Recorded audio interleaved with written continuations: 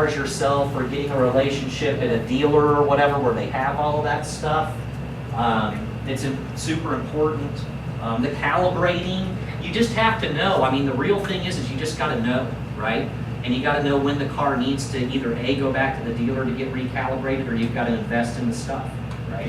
And have it there at the shop. And if you're going to invest in the stuff, then you got to make sure there's a return on your investment there, or it's not worth doing, right? And who doesn't have a consult machine now? Everybody should have one. A what machine? Consult machine for Oh, yeah. A scan tool of some sort. Right. Right. Read money. Yeah, you got to have one. Right. Liability. So other safety stuff, look, again, we're trying to make sure to get money back or whatever for the things that you do.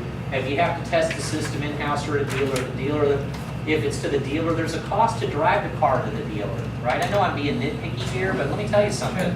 If you have to put two humans, right, one in the customer's car and one in the chaser to run a car 5 miles down the road to drop it off at the dealership so it can have this work done and then go back and pick it up, there's a cost there that you're absorbing right now. I'm not telling you what to do because it's a business decision, but again, not your fault that the car has whatever system it is on it that it needs to go back to the dealer, and you really shouldn't have to eat that money, right? Because there's a cost to that person, whatever it is you're paying them an hour. And you got to go back in percents, and you got to go back and pick that car up, right? So there's time and money there. I know it may sound kind of nitpicky to you, but depending on how much of that you do, it adds up over a year's time. I can promise you that. Liability. I think the forgotten items on the airbags, one of the things that we never really bill for is the cleanup, right? And we really should. And again, I realize we've got relationships with insurance folks, DRP, not DRP, even not DRP. We don't want to have a fight every time they walk in the store necessarily, right? So you got to decide what's important. But the reality of it is when that bag deploys and that white crap flies out all over the place and gets all over the car, we got to clean that up. And that's part of something they should be paying for, don't you think?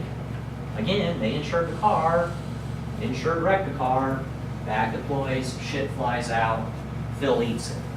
That doesn't make sense, right? Does it, Phil? No. Does it taste good? No. Okay. You have licked it, haven't you? Tell me about it. Yeah. Have you tasted it? No. Anyway, so let's talk about assessing structure damage, right, or frame. We're not going to talk a lot about frames because quite honestly, we don't have a whole lot of cars that have frames anymore, right? So, but there's a good picture of what a full frame foundation or sketch looks like, right? Due to strength in most full frame vehicles, they easily pass the 3-square test, right?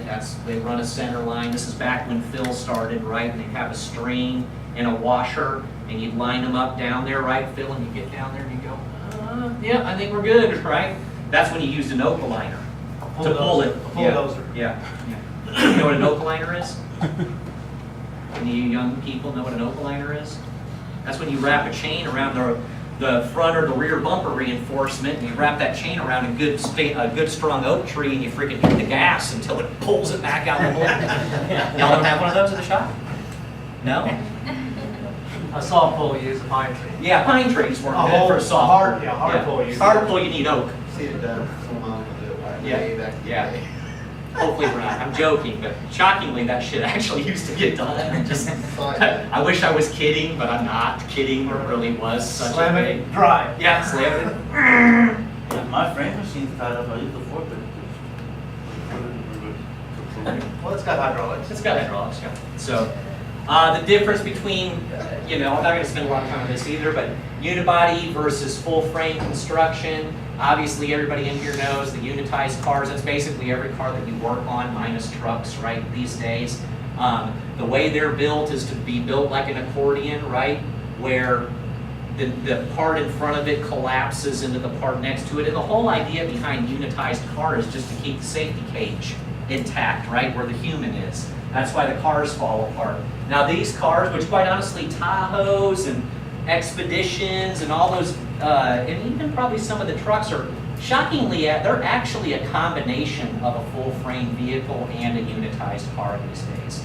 There's really a hybrid in there, right, that what we use. So the bottom of this vehicle's got a full frame under it, right, but that's a unitized upper rail, right, where it has these, and hey, these circles, they're there for a reason, folks. That's where it's supposed to collapse, right? Engineers built these things, right, exactly, right. So there's a reason why they're there. So if any of these convolutions or circles are distorted or any way, shape, or form, that has to be addressed because it's not going to collapse like the engineers built it. And I know insurance companies think that they're engineers, but they're not. I have yet to meet one that actually has an engineering degree that was part of the building of cars at any of the car makers. So again, I know all this stuff's easy for me to talk about. You guys have to fight the real fight when you're there, but be really damn careful about letting them dictate to you on how these cars are repaired, because you're the one who's going to be holding back. I can tell you, as soon as something bad happens, they're going to look at you and say, I never said that. Wasn't me. It's Jose. Jose made that business decision. It was all on Jose. It's not us. Right? It's true. But you pick the shop. You pick the shop, or yeah, whatever, right? That's how it's going to happen. But to your point, there's an illustration of what happens in an accident with a unitized car, right? The whole thing is just to push the energy around the compartment and keep the person safe, right? So, how do they manage that energy, right? They use the energy-absorbing bumper reinforcements, the crush zones, the convolutions, reinforced structural pieces, right? There's an absorber. Every time I look at some of this stuff, I'm like, I wish they built cars this way, right?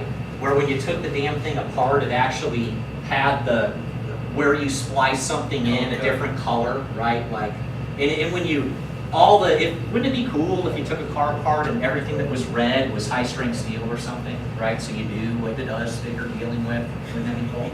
They do that. They do this when they do these kind of things and they share the information, right? All the structure's red, right?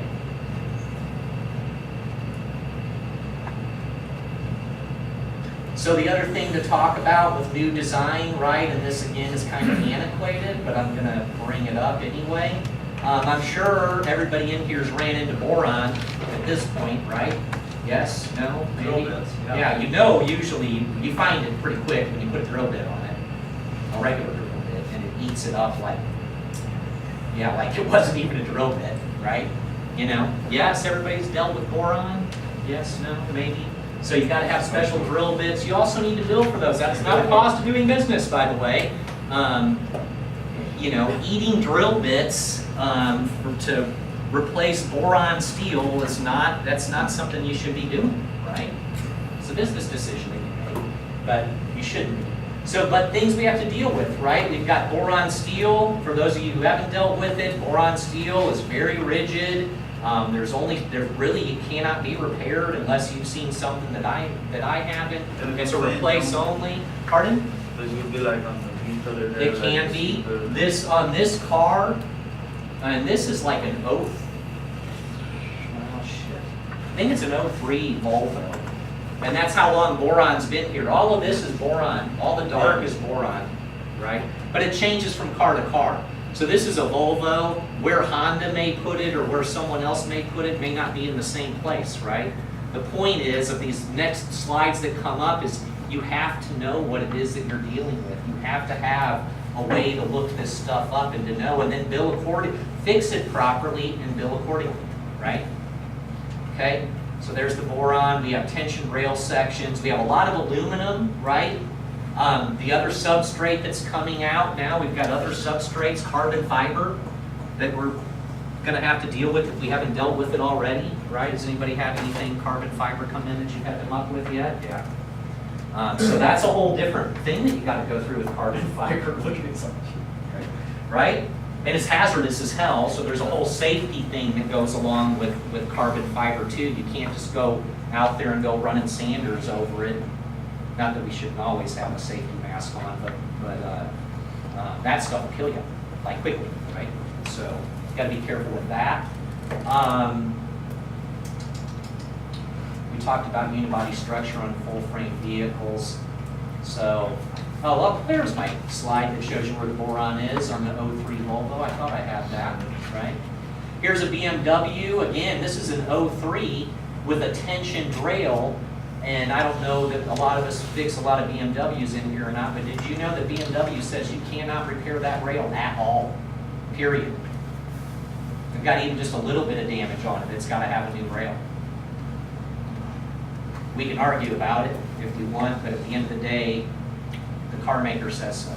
So that's kind of, we got nowhere, you see what I mean? The point is again, is not to, you know, an 03 BMW, I'm not so sure how many of them you're going to have hit your shop. But the point is that you've got to take the time on every single car that comes in there, not every bumper job, right? But every car that comes in there that you're doing pretty decent work to, or heavy work to, you've got to know, right? You can't just, oh, I've done one of these in the past and this is what happened. That doesn't work anymore, right? That's how Grandpa used to do things. And you cannot operate like Grandpa anymore. It's just not possible, right? If you want to stay in business and not get sued. And it should scare the hell out of y'all of what happened to John Eagle, right? And here's what I tell people. So this time, John Eagle got sued, right? And he lost. Big John Eagle. No one probably feels sorry for him. He's got dealerships in Houston. He's got them in Dallas. Guy's got an ass load of money. Would you not agree? Probably can absorb that 33 mil, or he'll fight it. He'll get it reduced down, and they'll make some kind of deal, right? Or some umbrella covers it. Right, but no one else in this room is going to be able to take on that kind of an issue, right? And I'll take it a step further. It would not shock me to see in the near future where, yes, you, the shop, gets held your feet to the fire like John Eagle did in that case, but it wouldn't shock me if the body tech that worked on that car also isn't subpoenaed at some point and held personally responsible, quite honestly. Yeah. I'm telling you, it could happen. Well, they did. I mean, they subpoenaed the. They did, but they didn't follow suit against anybody who worked on the car. What I'm trying to say is, and I guess I said it wrong, you got me, right? What I'm trying to say is it's real possible that that person, that tech you have fixing the car, could end up being held responsible if someone dies in the car that he fixed. It could happen. It hasn't happened yet, but it could happen. And so, you know, I guess my point is when I'm talking to techs, because I teach a lot of in-shop classes, I'm like, look, guys, you have to protect yourself as technicians. You have to want to pull this information. You got to ask for it, and demand that you have a way to get to it, right? That kind of goes also for like aluminum. Yeah. Riveting, kind of welding, actually having a clean room and all that stuff. Mhm. Really comes to having the procedures to do it. Correct. Yeah. A lot of techs will, okay, I've been in this trade for 30 years, but have you worked a lot in the aluminum? Right. Totally different. It's totally different. Yeah. Yeah, that whole adage that, oh, I've done it, that's kind of their attitude. I've been doing this a long time, I got this. That doesn't work anymore. And just so you know, even on OE procedures, did you know Toyota actually updates their procedures every single evening? That doesn't mean that the procedure for replacing the upper rail is going to change, but it could. Well, like on Tesla, So- even cut-ups where you have to cut, Yeah. that's procedures. And you got to look it up every time. Yeah. Because here's the thing that we figured out is that now that car makers have gotten into this collision side of things, they really don't have their procedures dialed in, so they're changing them a lot right now. But For two, you have to be certain inches away from roof rail? the roof rail and also the bubbles. Oh, yeah. Makes sense.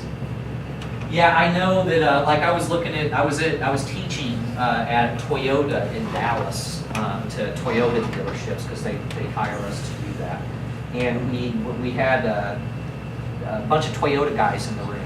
And one of the things that I was talking about procedures, and one of the things that they brought up, and I don't know if you ran across this or not, I think that it was on a Camry, it could have been a different Toyota, but if you've ran across this yet, where you've had to put a center pillar in a Camry or whatever other four-door car they have, has anybody had to do that yet on a late model car? And you had to put the inner and the outer in? Does that happen to anybody? When they came in, did they come in for that one where the outer was like 6 inches longer than the inner? Yeah? So there's a fix for that. So here's the thing, is that, I looked at these parts. So if you got these parts and you just gave it to your body tech and he's got this center pillar and he's putting inner and outer in, and the center pillar is gonna go up into the roof, he's got two choices, if he just looks at the part, which is A, I cut that roof off and replace it and get this piece up where it belongs, right? Or B, I cut that part and I put it in without having to take the roof off, right? Neither of those are actually the procedure that Toyota recommends to fix the car. Toyota actually has a procedure where you cut a window into the roof rail and the center pillar. It's almost like a T, right? So you can then slip the inner up in there, right? My point is that you've got to be able to look that stuff up and know what the OE says to do on that. And in this case, this was a Toyota dealer that had done 3 of them wrong because their tech was just making an executive decision instead of, which isn't the tech's fault, it's management's fault, right? But the tech was making an executive decision on how this should be done because he's looking at the parts and he's like, well, hell, this is the only way I can make this work, right? But it wasn't the culture at that shop for that tech to come up and say, hey, boss,